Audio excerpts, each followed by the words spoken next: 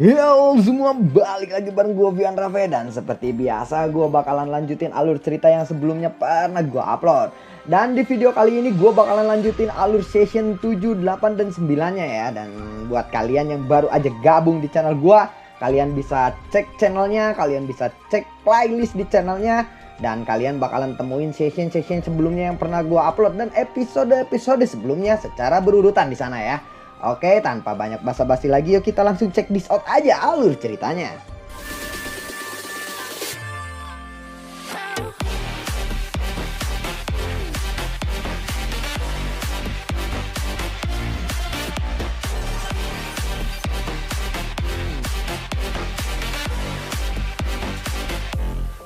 Di episode sebelumnya, Xiaoli memberitahu Xiaoyan tentang keadaan dokter peri kecil.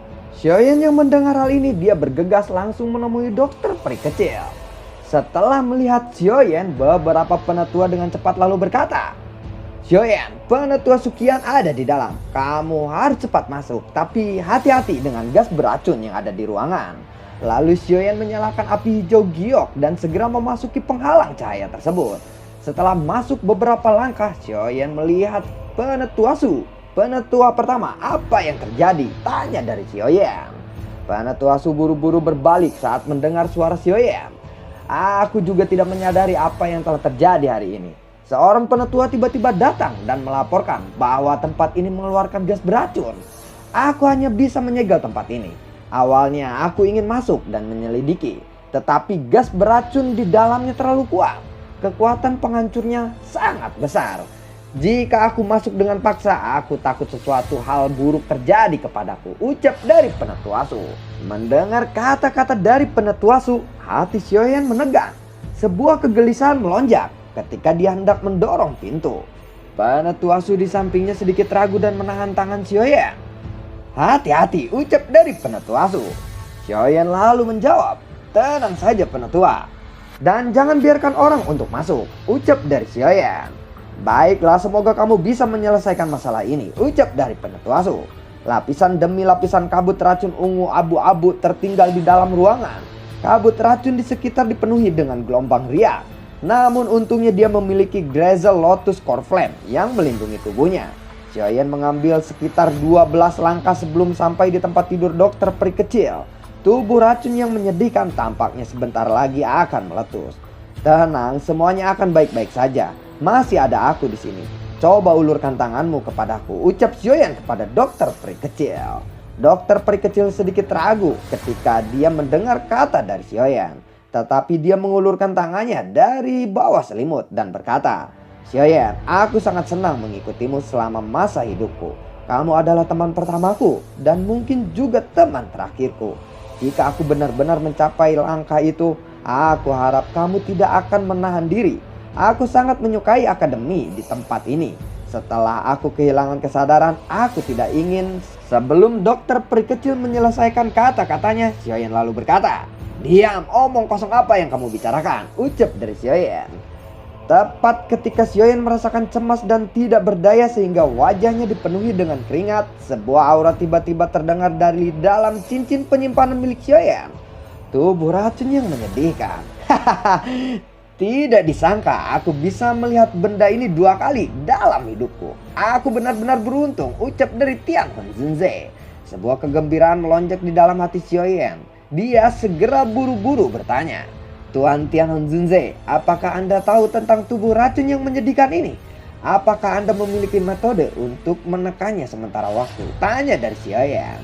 Tian Honzunze pun menjawab, "Tubuh racun yang menyedihkan. Siapa yang tidak mengetahui tubuh racun di atas generasiku?" ucap dari Tian Honzunze. "Namun tampaknya temanmu ini berada di tahap terakhir letusan. Jika tidak buru-buru disegel dan gas beracun bisa masuk ke otaknya, hasilnya..." Xiaoyan terkejut dan memotong pembicaraan Tian Honzunze. Saat mendengar perkataan tersebut, dia menghirup udara dalam-dalam dan berkata sekali lagi kepada Tian Honzunze, "Apakah Tuan Tian Honzunze tahu metode untuk menyegel tubuh racun yang menyedihkan ini?" tanya dari Xiaoyan. "Anggaplah dirimu beruntung karena telah bertemu denganku saat ini. Kemungkinan sangat sedikit orang yang tahu tentang metode penyegelan di benua ini. Segel ini disebut segel api sepanjang hari. Segel itu memerlukan afinitas api untuk menekan gas beracun. Saat ini api surgawi yang kamu miliki mampu mengoptimalkan efek dari segel itu, ucap dari Tian Hanzhenze. Mendengar itu, pandangan Xiaoyan beralih kepada dokter peri kecil. Xiaoyan tersenyum dan berkata, "Dokter peri kecil, ada metode untuk menekannya. Untuk menggunakan segel ini, tetapi kamu harus melepas pakaianmu," ucap dari Xiaoyan. Mendengar itu, wajah dokter peri kecil tiba-tiba memerah. Dia lalu berkata, "Ada metode untuk menyegel, tapi untuk menggunakan segel ini aku harus melepaskan pakaianku," ucap dari dokter peri kecil. Xiaoyan yang melihat wajah dokter peri kecil yang memerah, Xiaoyan kembali berkata, "Ini memang diperlukan untuk membuat segel," ucap dari Xiaoyan. Dokter peri kecil mengangguk dan dia segera berdiri dan melepaskan pakaiannya. Xiaoyan lalu berkata, "Berbaringlah." Kemudian dokter peri kecil berbaring dengan perlahan. Xiaoyan segera mengulurkan jarinya dan api hijau giok muncul. Xiaoyan lalu berkata, "Ini mungkin akan sedikit menyakitkan, tetapi akan berhasil jika kamu menahannya," ucap dari Xiaoyan. Rasa sakit seperti terbakar dirasakan oleh dokter peri kecil. Tubuh Xiaoyan bergetar hebat menekan gas beracun di dalam tubuh dokter peri kecil. Tolong bertahanlah sedikit lagi. Jika kamu tidak ingin kehilangan kesadaranmu, jangan mengalihkan pandanganmu dariku," ucap dari Xiaoyan kepada dokter peri kecil. Energi kuat mengikuti tangan Xiaoyan. Teriakan keluar dari mulutnya. Semua segel api langit membentuk tubuh spiritual. Setelah itu dokter peri kecil membuka matanya. Betapa kagetnya dia setelah melihat Xiaoyan pingsan dan wajahnya berubah keabu-abuan. "Apakah racun itu menyerang tubuhnya?" ucap dari dokter peri kecil. Tidak lama kemudian Xiaoyan pun terbangun dari pingsannya. Dia menemukan bahwa dia telah berbaring di tempat tidur dokter peri kecil. Dokter peri kecil di samping Xiaoyan lalu berkata, "Jangan khawatir, aku sudah menghilangkan uap racunnya," ucap dari dokter peri kecil. Xiaoyan tersenyum, tatapannya menyapu ke tubuh dokter peri kecil lalu dia berkata, "Kekuatanmu bagaimana?" Dokter peri kecil memotong dan berkata, "Kekuatanku sedikit meningkat karena menyerap gas beracun dari letusan tubuh racun yang menjadikan ini," ucap dari dokter peri kecil. Xiaoyan lalu mengangguk. Dokter peri kecil kembali berkata, "Ini semua berkatmu. Jika aku tidak di sini, mungkin aku akan mati," ucap dari dokter peri kecil. Xiaoyan lalu menggelengkan kepalanya. Lalu dia kembali mengamati dokter peri kecil dan berkata, "Apakah segelnya selesai? Dan apakah segelnya bekerja?" tanya dari Xiaoyan. "Ya, aku bisa merasakan tubuh racun yang menyedihkan telah ditekan. Sepertinya segel ini bisa bertahan selama 2 atau 3 tahun ke depan," ucap dari dokter peri kecil. "Baguslah, 2 hingga 3 tahun sudah cukup bagi kita untuk menemukan binatang kalajengking naga beracun langit. Kalau begitu, sebaiknya kita pergi dari sini. Sepertinya penetua pertama dan yang lainnya sudah menunggu di luar," ucap dari Xiaoyan. Mereka pun berjalan ke pintu keluar. Pintu perlahan terbuka. Terlihat penetua Su mondar-mandir dipenuhi kecemasan. Melihat Xiaoyan dan dokter peri kecil keluar, penetua Su lalu berkata, "Apakah kalian baik-baik saja?" tanya dari penetua Su. Xiaoyan tersenyum dan mengangguk. Tatapan penetua Su beralih menyapu ke dokter peri kecil. Lalu dia berkata, "Kekuatanmu sudah meningkat sepertinya," tanya dari penetua Su lagi kepada dokter peri kecil. Dokter peri kecil lalu mengangguk. Penetua Su menghela nafas dan menggelengkan kepalanya.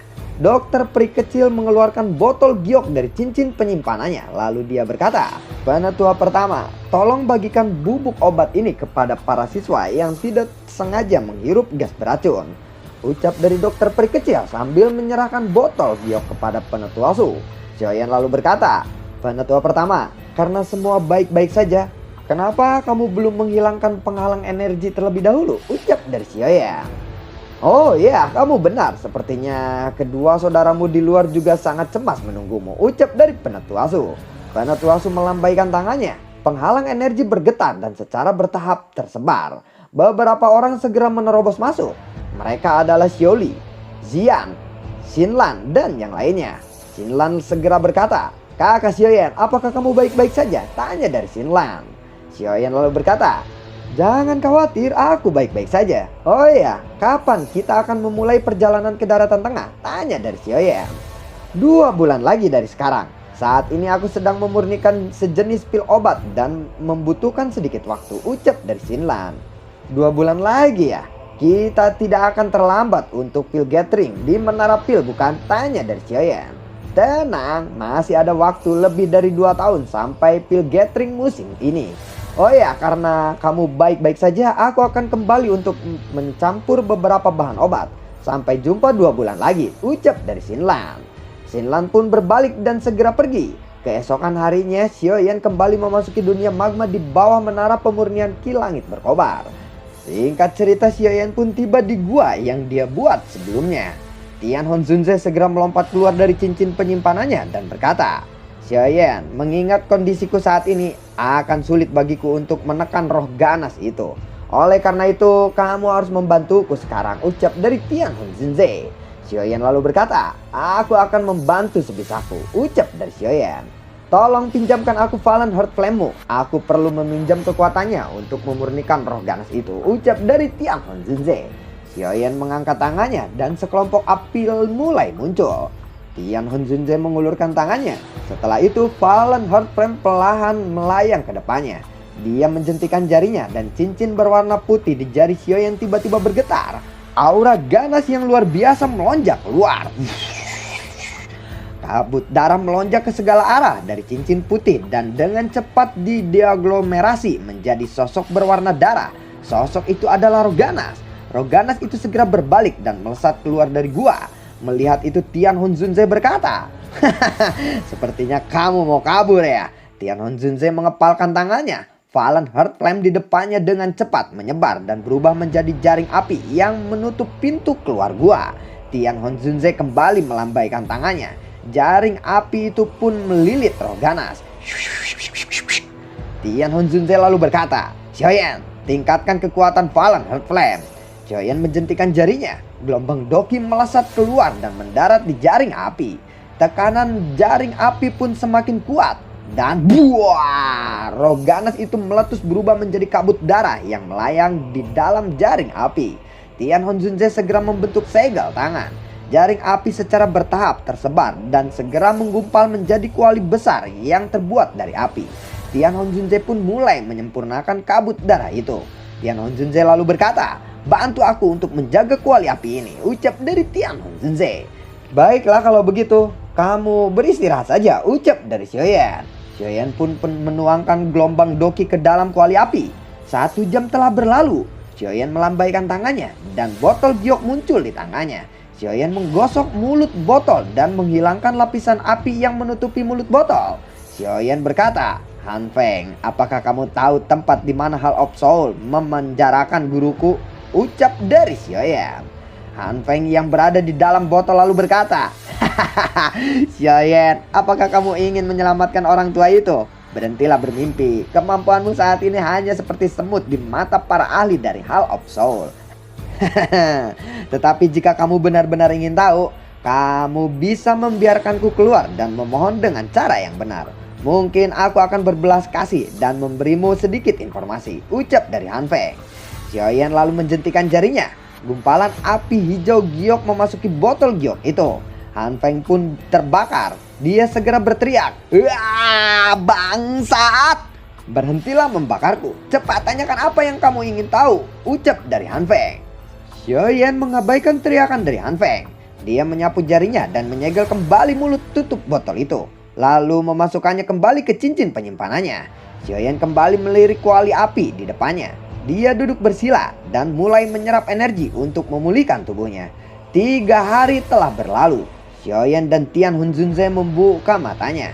Tatapan mereka terlempar ke kuali api yang mengambang di udara. Keduanya merasakan bahwa kabut darah telah benar-benar tersebar dan berubah menjadi sekelompok uap.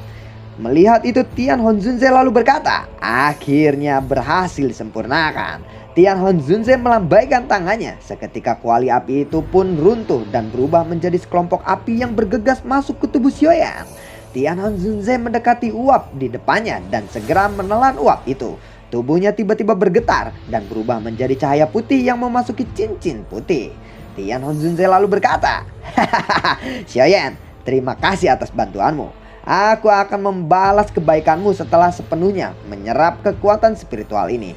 Waktu yang aku butuhkan mungkin agak lama. Berhati-hatilah," ucap dari Tian Honzunze.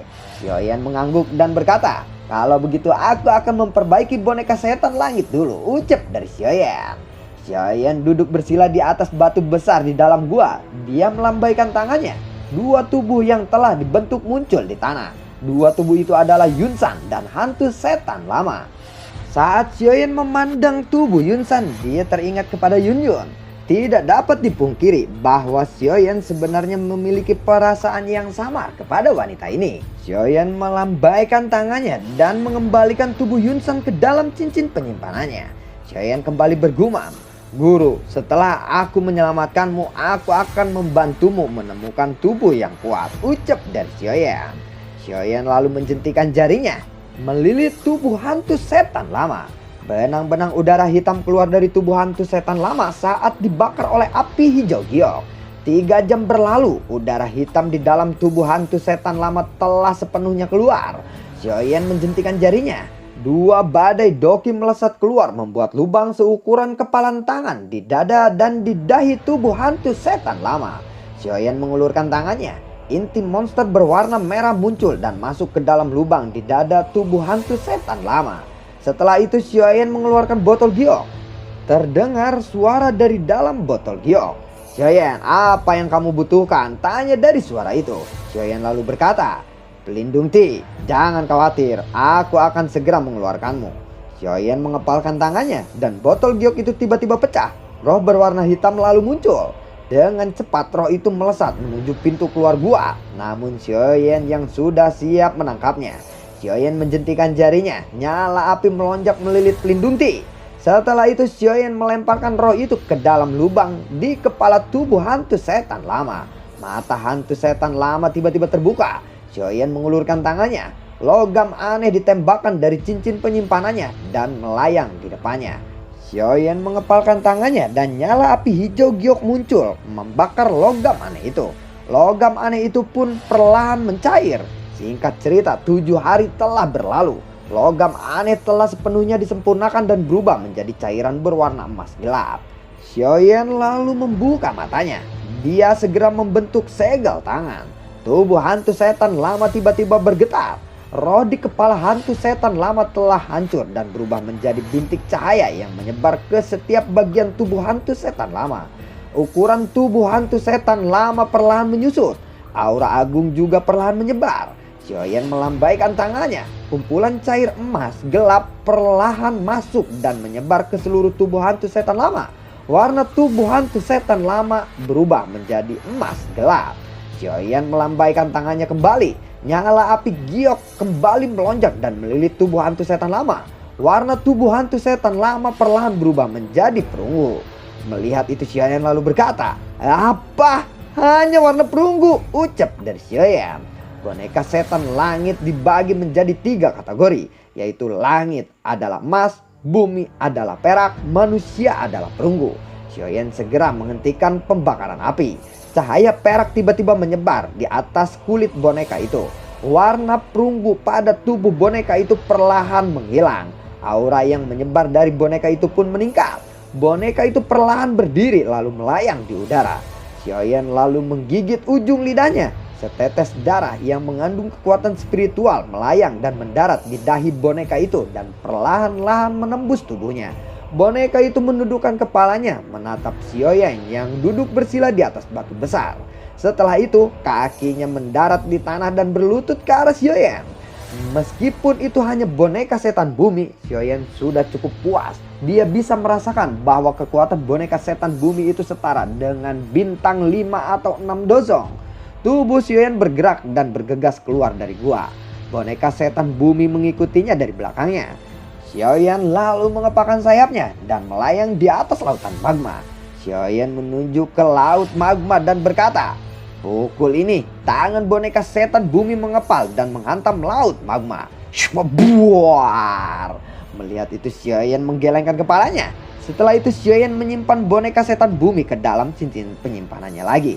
Xiaoyan bergumam, boneka setan bumi telah berhasil disempurnakan. Selanjutnya, aku harus menyempurnakan pil tulang darah jiwa surga, ucap dari Xiaoyan. Xiaoyan tidak langsung menyempurnakan pil tulang darah jiwa surga setelah keluar dari dunia magma. Pil obat tingkat 7 bukanlah tingkatan yang biasa. Dengan kekuatannya saat ini kemungkinan peluang keberhasilannya hanya 50%. Selain itu Xiaoyan belum mengumpulkan semua bahan obat yang dibutuhkan untuk menyempurnakan pil tulang darah jiwa surgawi.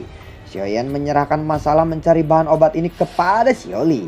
Setelah 10 hari kemudian Xiaoli akhirnya berhasil mengumpulkan semua bahan obat yang dibutuhkan setelah mengarahkan tenaga orang-orang dari gerbang Xiao. Xiaoyan pun bersiap untuk menyempurnakan pil obat tingkat 7 di suatu tempat di tengah akademi dalam. Xiaoyan duduk bersila di puncak platform kecil bagian tertinggi dari akademi dalam. Menurut Penetuasu, tempat ini adalah tempat kepala sekolah biasa berlatih. Penetuasu meminjamkannya kepada Xiaoyan saat mendengar bahwa Xiaoyan ingin mencoba menyempurnakan pil obat tingkat 7. Orang-orang beramai-ramai berkumpul di tanah kosong untuk melihat Xiaoyan menyempurnakan pil obat tingkat 7 dari kejauhan. Di puncak platform, Xiaoyan menjentikan jarinya dan kuali obat merah besar tiba-tiba muncul di depannya. Xiaoyan kembali menjentikan jarinya. Nyala api masuk ke dalam kuali obat.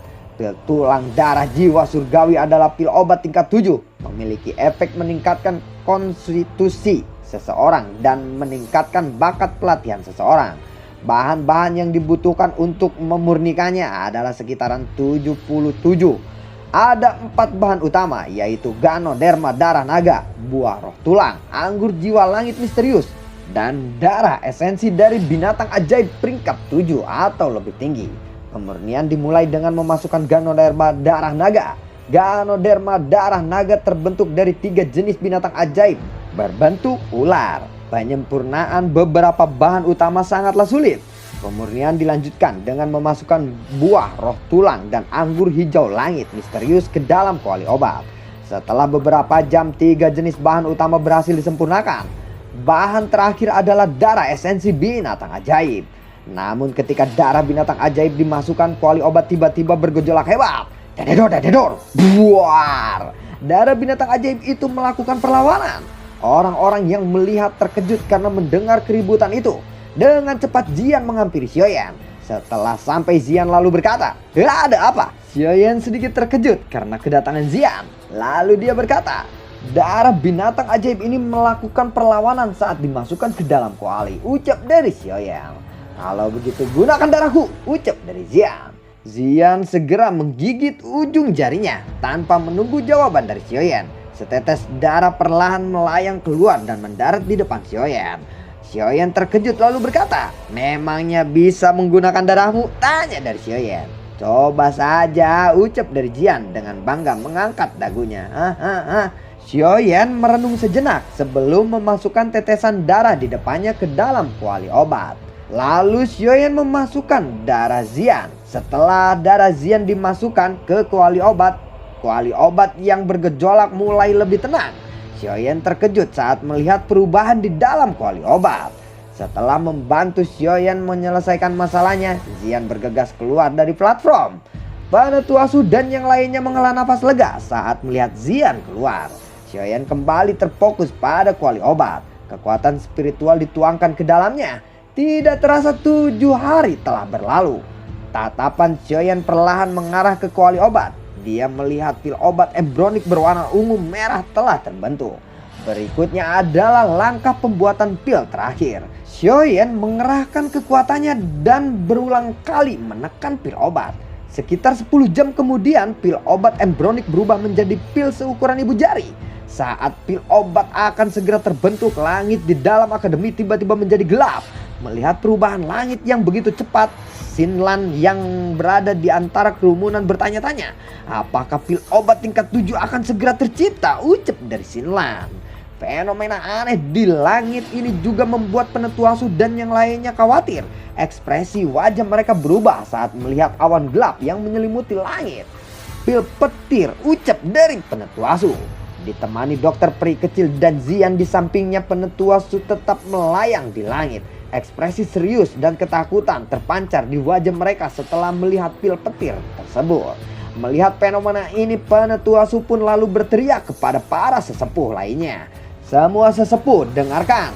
Mulailah menempatkan formasi di Akademi Dalam. Bertindak segera jika ada pil petir yang jatuh ke Akademi Dalam, ucap dari Penetua Su. Penetua pun segera menjawab.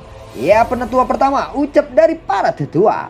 Doki yang kuat melonjak keluar dari tubuh para tetua dan segera turun dan menyebar ke seluruh penjuru Akademi Dalam.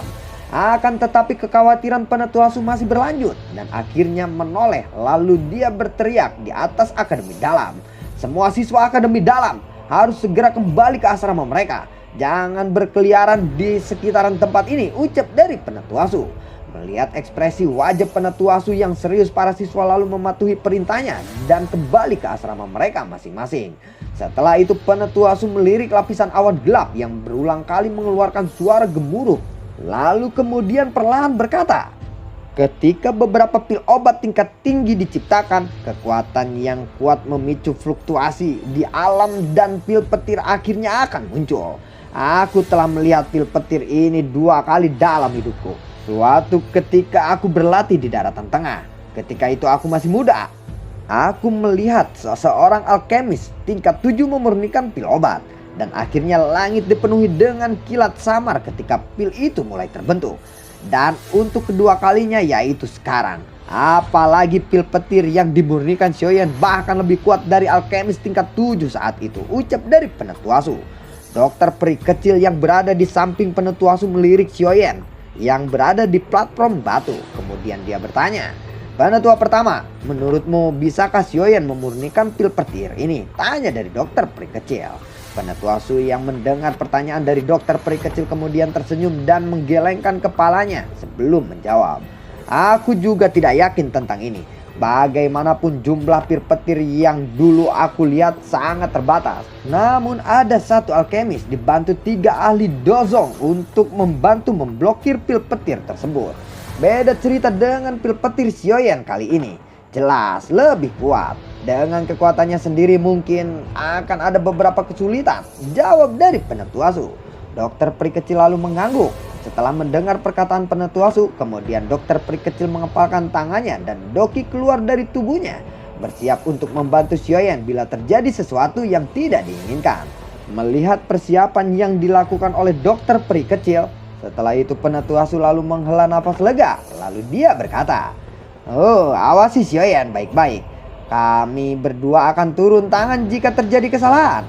Meskipun aku tidak tahu apakah aku dapat memblokir pil petir ini atau tidak. Setidaknya aku akan dapat meringankan beban Xiaoyan," ucap dari Penetua Su. Mendengar perkataan dari Penetua Su, dokter peri kecil lalu berkata, "Maaf, sepertinya kami akan merepotkan Penetua pertama kali ini," ucap dari dokter peri kecil. Sementara itu orang-orang yang berada di bawah Akademi Dalam melihat ke atas langit. Terlihat Xiaoyan saat ini dipenuhi dengan lapisan awan yang gelap. Oleh karena itu semua siswa dan bahkan beberapa sesepuh mengagumi Xiaoyan karena dia tetap tenang saat dia berdiri di atas platform batu dalam menghadapi situasi ini. Xiaoyan yang berada di atas platform batu kemudian mengangkat kepalanya dan menyaksikan petir di atasnya. Xiaoyan lalu bertanya, "Apakah ini pil petir?" ucap dari Xiaoyan. Sekitar 10 detik kemudian, pil perak seukuran setengah kaki melesat keluar. Secara mengejutkan, targetnya adalah pil obat merah ungu yang berada di platform batu milik Xiaoyan. Segera Xiaoyan mengeluarkan pedang Xuan dari cincin penyimpanannya dan segera melemparkannya ke langit. 6 pedang mengalir, ucap dari Xiaoyan. Petir perak tiba-tiba menabrak pedang Xuan hingga terdengar suara begitu keras di langit. Sting! Buar! Tidak terhitung jumlah petir kecil yang dikeluarkan oleh pedang Xuan ketika kilatan ganas itu tiba.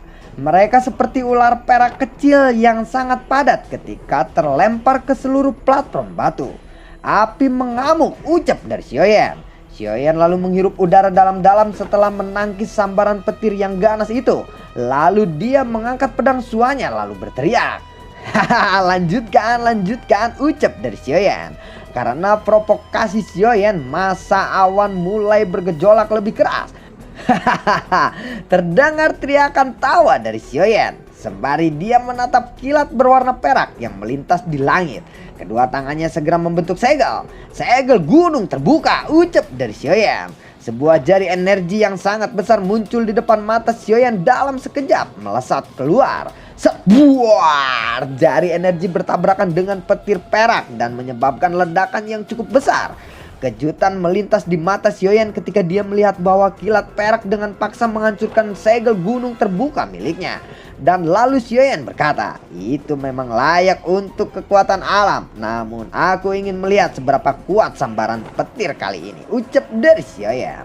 Hancurnya dua sambaran petir menyebabkan awan gelap menjadi semakin mengganas. Ledakan berulang kali terdengar dari atas langit.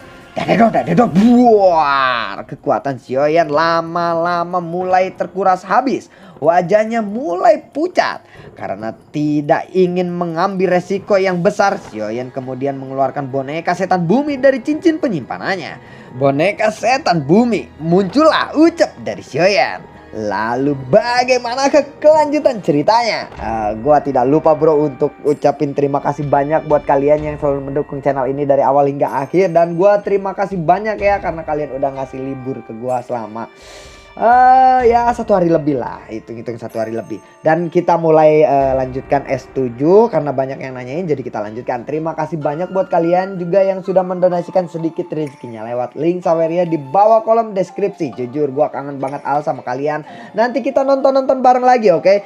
Sembari nanti proyek WDK apa sih Wodeng Tiankun ya, gua masih nonton juga sih, itu baru 2 section ya. Jadi belum selesai juga gua nontonnya, biar penjiwaannya dapet, jadi gua bakalan lanjutin, oke? Nanti banner akan gua ganti sesuai jam tayang ya. Misalkan Wodeng Tiankun, ada yang nyaranin Great Runner juga. Nanti kalau terlalu banyak gua ngedabingnya kalau banyak bro. Jadi terima kasih dan semoga sehat selalu untuk kalian. Assalamualaikum, dadah.